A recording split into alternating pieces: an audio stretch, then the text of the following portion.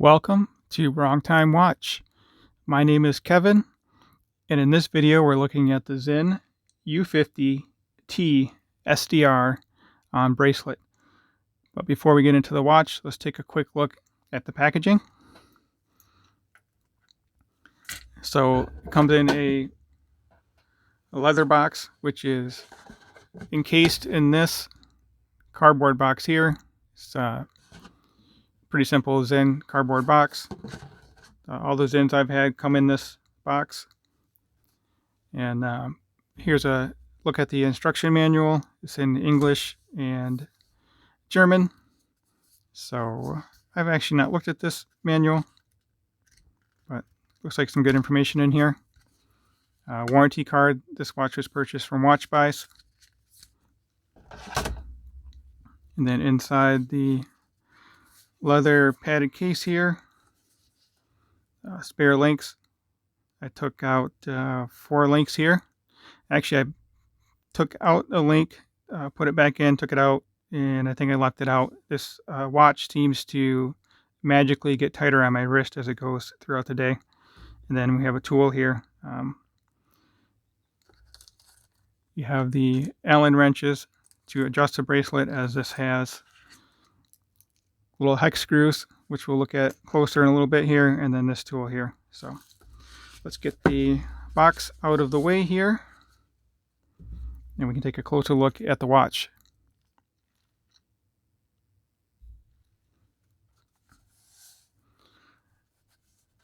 So I mentioned this is the U50-T SDR.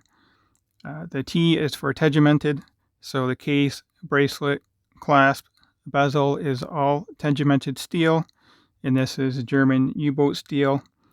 You can get this with a metal color bezel. It's the same color as the bracelet and case.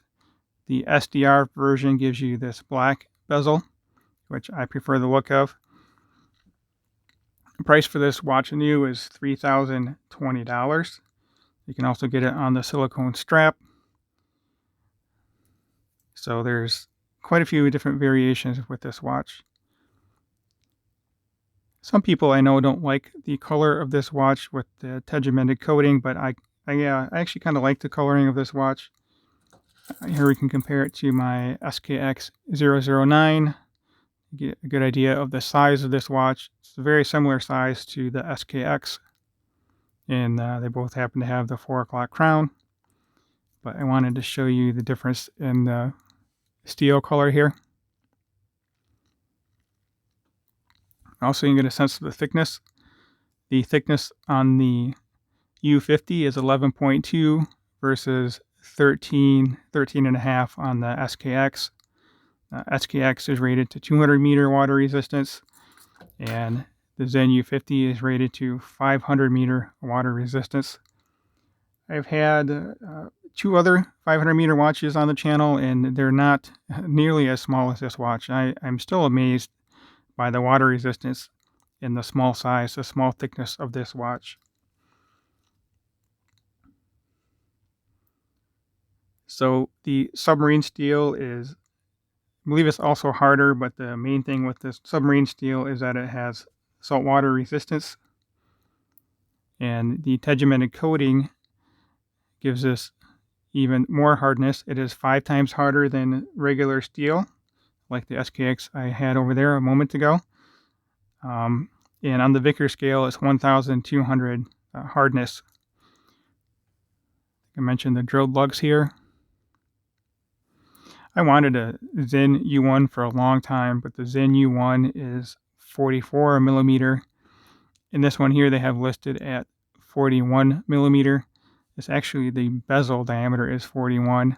The case measures at 40. But anyway, I knew I had to get my hands on one of these one day, and I was fortunate enough to pick one up. I picked this one up used, and I really wanted this watch to work for me. I like the styling. I like the looks. It's a unique watch. It's a German watch, obviously, and I'm a fan of German watches. But there are some shortcomings with this watch, which we will get into. But let's take a quick look at the case back again. I guess, yeah, I don't know if I'm going to try my hand at German again, but what the heck. This word here, I've been told, means saltwater resistant or something to that effect. And then here it says U-boot steel. U-boot steel. Not sure what Deutscher means. Oh, it probably means German. German U-boot steel. And then Sinn, and then I have the model number there. And of course, U50, that name comes from 50 bar, water resistance, or 500 meter, which you can see both indicated right there.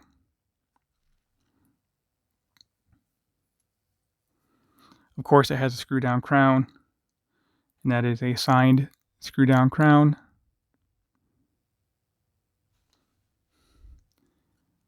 Now let's zoom in on the dial here. I'm a big fan of this dial. Also the date window placement is just awesome on this. It fits in very well. It doesn't throw off the balance of the dial too much. Yeah, the 9 o'clock indice is not the same as the 3 o'clock, but that's to be expected because the date's blocking it. But all of the other ones match, and that 3 o'clock indice matches the others, so the date is just set over just far enough that everything just works out great on here. Anti-reflective coating is great on this. So flat sapphire crystal. At certain angles, you don't even realize there's a crystal on here. Probably about like this angle right here. But if you get the light on it, you can see some reflection.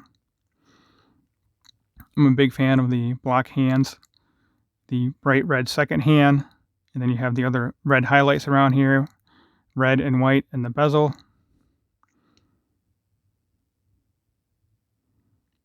Yeah, I really like the look of this watch.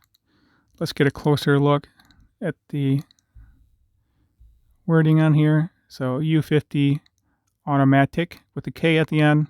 Again, 500 meter, 50 bar for the water resistance.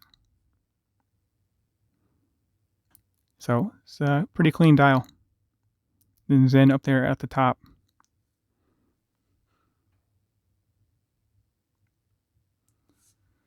So let's go over the dimensions. We'll zoom back out here. I know I mentioned some of the dimensions briefly, but we'll go over the full specs right now. Lug to lug, I measured at 47.4.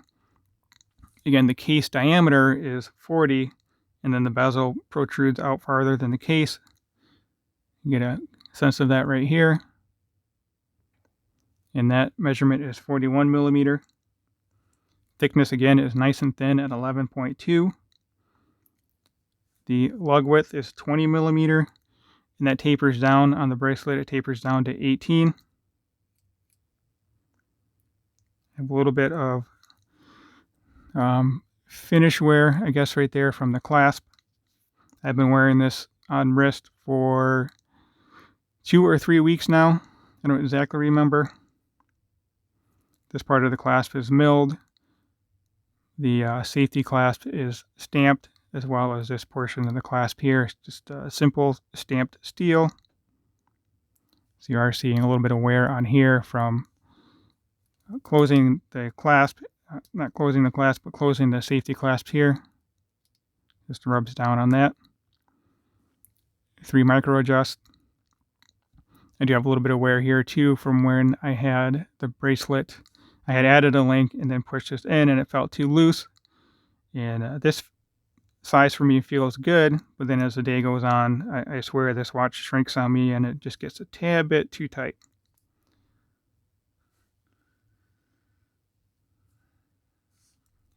Bezel action, it is a 60 click bezel. It feels nice and solid. The grip, it's a little hard for me to grip. The edge is, it's not a coin edge, just has knurling right here on the corner. But it works well enough. I don't use this for diving or anything that it really matters, but kind of like a fidget toy. So one issue you may have noticed with this bezel is that it doesn't line up. Right now I am a click over from what I would call the home position. and that triangle is right in between the 12 and then the 1 minute indice to the right. And this is a 60 click bezel. So if this was 120 click, I would have a better opportunity to line this up. So I would say that would be perfect right there. Some of the numbers are off then, so there's something off with this bezel. I contacted Sinn about this issue, and they said they agreed with me and said, yeah, it should be adjusted. And then then they sent me the information for watch buys since I'm in the US, and I have an email in with them. We went back and forth a little bit. I've not heard back from them. Since I did buy this used, that may complicate some things. But right here is where I would consider the home position. And you can see the bezel is off. The triangle is off. It depends on how if I hold it so that this lines up, then this is off. So it's definitely off. This is not a friction fit bezel. It is held on by screws. Let's see if I can show that on camera here. There's 3 little screws on here. There's one right here. Yep, I think you can see that. Yep, there we go. There's one right there. Then we come down to the 30 minute. There should be one right there. And then same thing over at the 10 or the 15? There we go, the 10. So I don't know if I can adjust this myself. I don't even know if I have a screwdriver small enough for that, really.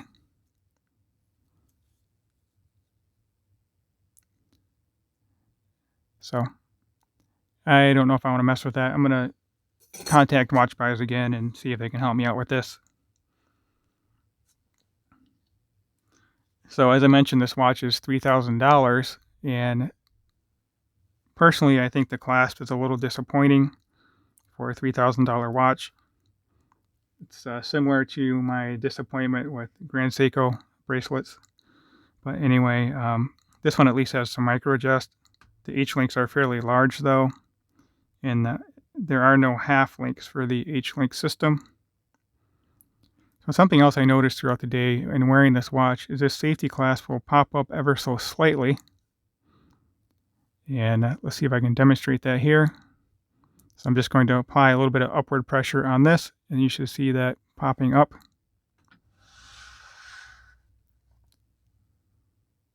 There we go, in focus.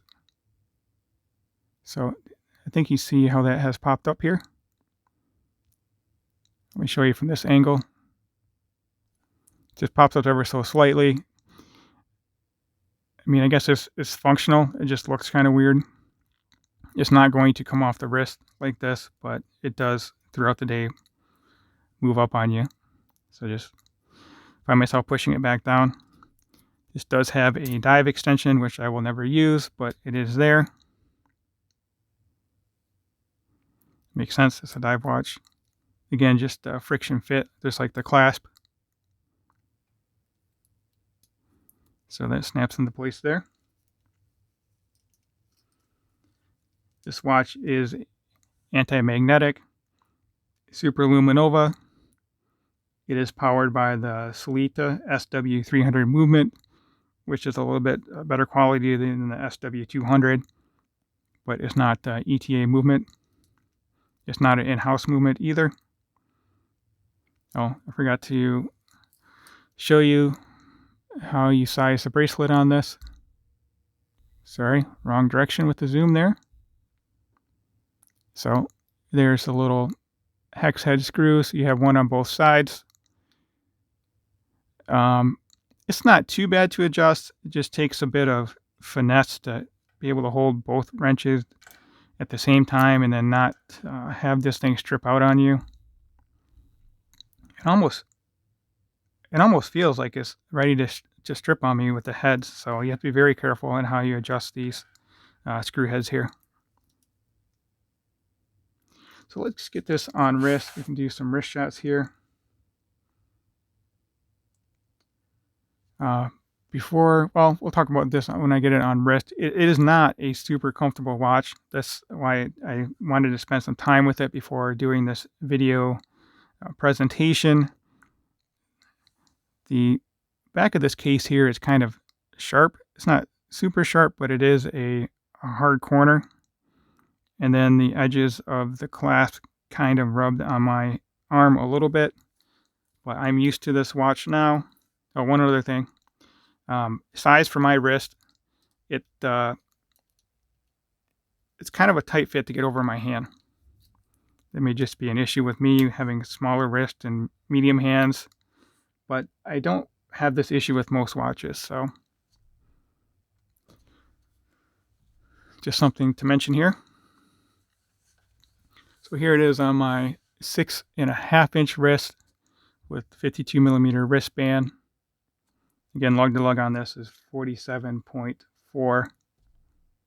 And right now it fits quite well on wrist. I had it off my wrist for about an hour or so, and is maybe even slightly loose. So yeah, it's just something interesting with this watch here.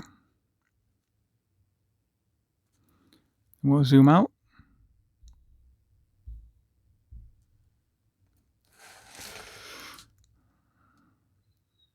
So let me know what you think of this watch. Let me know if you've ever had a watch that you've wanted for a long time and you finally got it on hand or on wrist and it's just not quite what you were expecting.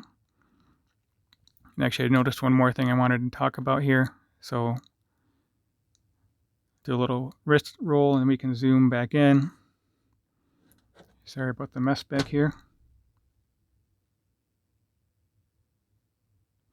So one other thing that I wanted to mention, and this is probably being a little bit nitpicky, but hey, that's how some of us are in this hobby. So I mentioned the coloring of this steel is different than this is standard stainless steel watch. I don't know if we're going to see it here, but out in direct sunlight, I can see the spring bar through the gap of the H-link bracelet here. Yep, there you go.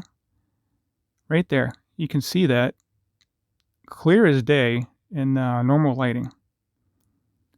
It just seems kind of odd to me that I could see that. I think it's a function of how the N-link is cut out, and then you have this curvature here for the H-link, because in the normal links, I did not notice that at all.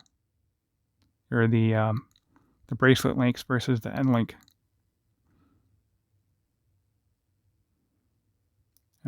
Just something kind of, it doesn't affect the function of the watch, but I have noticed it quite a few times. So I'm still on the fence if I'm keeping this watch or not. And I actually have purchased a silicone strap for this, the one that's meant for this watch, the U50. So I'm going to take the bracelet off and put it on the silicone strap and see how that feels for me for wearing this watch long term. I am more of a bracelet guy though. I really prefer to wear watches on bracelet, but I'm going to try it on the silicone strap because I like this watch so much. So that will not conclude today's video. I need to do the Lume shot, and then we can yeah, let's just look at the Lume shot here. So obviously the Sinn U50 is on the left here, and on the right I have my Seiko SKX009. Definitely not anything to complain about with the Lume on this watch. This is my first time looking at it in a dark room like this, and I am not disappointed. So if you have not already subscribed, I would greatly appreciate it if you go ahead and do so. Leave a comment below. Let me know what you think of this watch. And let me know if you would keep it or if you would flip it. I know it's a personal question, but I'm curious to know your thoughts on that matter. As always, thank you for watching, and I'll catch you on the next video.